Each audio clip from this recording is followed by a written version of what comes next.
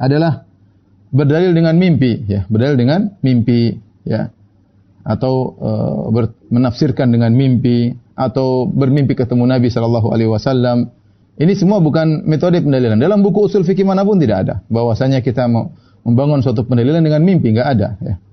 Ya, mimpi itu hanya sekedar istiqnas, penguat. Kalau sudah ada pembahasan, sudah ada dalilnya, kemudian sekedar menguatkan dengan mimpi itu boleh. Tapi menjadikan mimpi sebagai dalil untuk pembenaran atau kemudian untuk menimbulkan suatu ibadah yang baru, maka ini tidak ada disebutkan dalam buku-buku fikih sama sekali.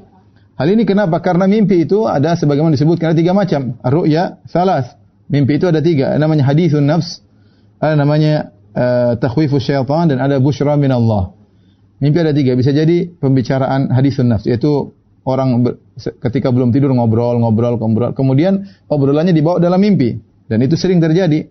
Ya, dia bicara tentang suatu bisnis atau apa, atau dia mungkin diskusi dengan kawannya tentang masalah agama, kemudian terbawa dalam mimpi. Itu namanya hadithun nafs. Ya. Pembicaraan jiwa yang dibicarakan tatkala masih sadar kemudian terbawa dalam mimpi. Yang kedua, dan ini bukan dalil sama sekali. Yang kedua misalnya takhwifus syaitan. Syaitan menggoda. Syaitan menggoda manusia lewat di alam nyata maupun dalam alam mimpi, menakut-nakuti, membuat sedih dan yang lainnya. Ya, syaitan bisa menggoda. Atau yang ketiga, busyra min Allah. Ya, adalah kabar gembira dari Allah Subhanahu wa taala.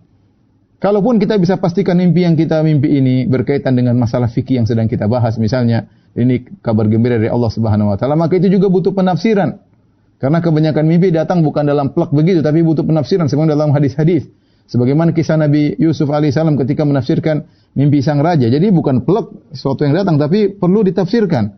Seperti sab'a baqaratin simanin ya'kuluhunna sab'un ijaf, ada 7 sapi gemuk dimakan oleh 7 sapi kurus. Ini kan butuh mimpi. Seperti Nabi SAW bermimpi melihat Umar bin Khattab kemudian izarnya sampai di bawah mata kaki, ya. Ini perlu tafsir, ya, yang menunjukkan bahwasanya imannya kuat misalnya, ya. Dan dalam hadis-hadis demikian, bukan mimpi pelak sebagaimana yang dilihat dalam mimpi itu yang terjadi, bukan demikian. Kebanyakan mimpi hanyalah isyarat-isyarat yang perlu ditafsirkan. Ini semakin melemahkan mimpi dijadikan dalil. Kemudian tafsiran tersebut terkadang benar, terkadang salah. Oleh karena dalam hadis yang diriwayatkan Imam Al-Bukhari, ada seorang datang kepada Rasulullah sallallahu alaihi wasallam kemudian berkata, ya, inni ra'aitu lailata fil manam. Ya, dia mengatakan, Rasulullah, saya bermimpi tadi malam, mimpiku begini. Ya, maka kemudian Abu Bakar berkata, ya Rasulullah, wallahi la tada'anni fa'aburaha. Ya Rasulullah, biarkan aku tafsirkan mimpinya. Jadi kata Abu Bakar, dia ingin menafsirkan mimpi orang tersebut. Kemudian Abu Bakar pun menafsirkan mimpi tersebut. Ya, maka apa kata Abu Bakar setelah itu? Ya Rasulullah, asabtu am akhta'tu? Saya menafsirkan mimpi orang tersebut, ya Rasulullah. Saya benar atau salah? Kata Nabi SAW, asabta ba'dan wa akhta'ta ba'dan. Kau benar sebagian dan kau salah sebagian. Bayangkan, ini yang menafsirkan Abu Bakar radhiyallahu taala anhu saja bisa benar sebagian, bisa salah sebagian, apalagi selain Abu Bakar radhiyallahu taala anhu. Ini semua dalil bahwasanya mimpi bukan dalil. Dia hanya berkaitan dengan sesuatu yang sudah berlaku atau istiqnas sebagai penguat, bukan sebagai dalil tersendiri, ya.